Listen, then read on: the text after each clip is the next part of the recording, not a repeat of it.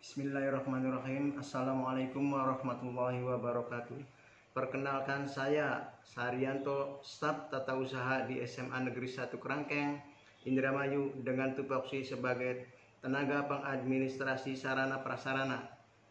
Saya memiliki target kinerja dalam 1 tahun adalah 1.307 target yang berkontribusi pada target perangkat daerah, yaitu meningkatkan aksesibilitas dan nilai mutu pendidikan SMA sebesar 6,59 poin, dan berkontribusi pada target Gubernur Jawa Barat, yaitu meningkatkan aksesibilitas dan mutu pendidikan dengan rata-rata lama sekolah 8,5 tahun dan harapan lama sekolah 13 tahun.